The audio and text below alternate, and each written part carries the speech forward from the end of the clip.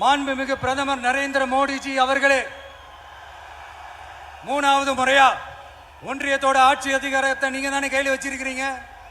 இல்ல நாங்க தெரியாம தான் கேட்கிறோம். நீங்க ஆட்சிக்கு வந்தது ஒட்டுமொத்த மக்களுக்கும் நல்லது செய்யவா, இல்ல நம்மளுடைய இந்த இஸ்லாமிய நண்பர்களுக்கும் இஸ்லாமிய தோழர்களுக்கும் எதிராக சதி செய்யவா?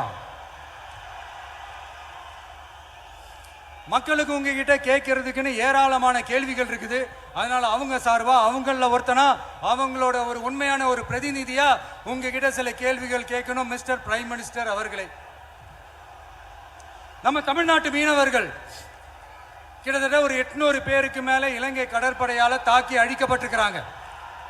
அதை கண்டிக்கிறதுக்காக உங்களை பெருசா எதுவும் செய்ய சொல்லல, சின்னதா ஒண்ணு மட்டும் செஞ்சு கொடுங்க. இனிமேலாச்சும் எங்களுடைய மீனவர்கள் பாதுகாப்பா இருக்கிறதுக்காக இந்த கச்சத்தீவை இலங்கை கிட்ட இருந்து மீட்டு கொடுத்துருங்க, அது போதும். உங்களுடைய இந்த முரட்டு பிடிவாதத்தால நீங்க நடத்துற இந்த நீட்டு தேர்வு, அதனால இங்க என்னென்ன நடக்குதுன்னு சொல்றதுக்கே மனசு வலிக்குது. அதனால அந்த நீட்டு தேர்வு தேவையில்லைன்னு அறிவிச்சிருங்க, அது போதும். செய்வீர்களா திரு நரேந்திரபாய் தாமோதர் மோடிஜி அவர்களே?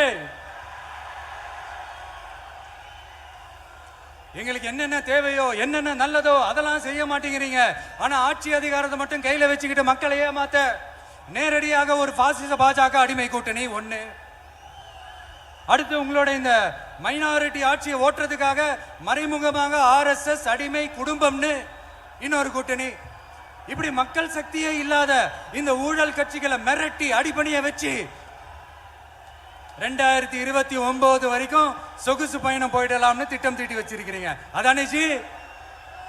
என்ன ஜி? ஒண்ணு மட்டும் சொல்றேன், தெரிஞ்சுக்கங்க.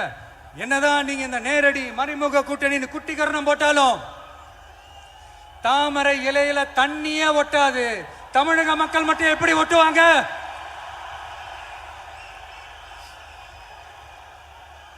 இங்க ஒரு MP சீட்டு கூட தரலன்றதுக்காக தமிழ்நாட்டுக்கும் தமிழ்நாட்டு மக்களுக்கும் எதுவுமே செய்யாம ஓரவஞ்சனை செய்யுது இந்த ஒன்றிய பாஜக அரசு. சங்கம் வச்சு தமிழ் வளர்த்த மண் இந்த மதுரை மண். அதனால இங்க அந்த கீழடியில கிடைச்ச ஆதாரங்களை எல்லாம் மறைச்சிட்டு எங்க நாகரிகத்தையும் எங்க வரலாறையும் அழிக்கிறதுக்காக உள்ளடி வேலை செய்யலாம்னு நினைக்கிறீங்க. தமிழ்நாட்டை தொட்ட என்ன நடக்கும் நீங்க பல உதாரணங்கள் இருக்குது. அதனால இதையெல்லாம் மறைச்சிட்டு எங்க மக்களை ஏமாத்திடலாம்னு மட்டும் நினைக்காதீங்க. மத நல்லிணக்கத்திற்கு பெயர் பெற்ற இந்த மதுரை மண்ணிலிருந்து சொல்றேன், உங்க எண்ணமெல்லாம் ஒரு நாளும் ஈடேறாது.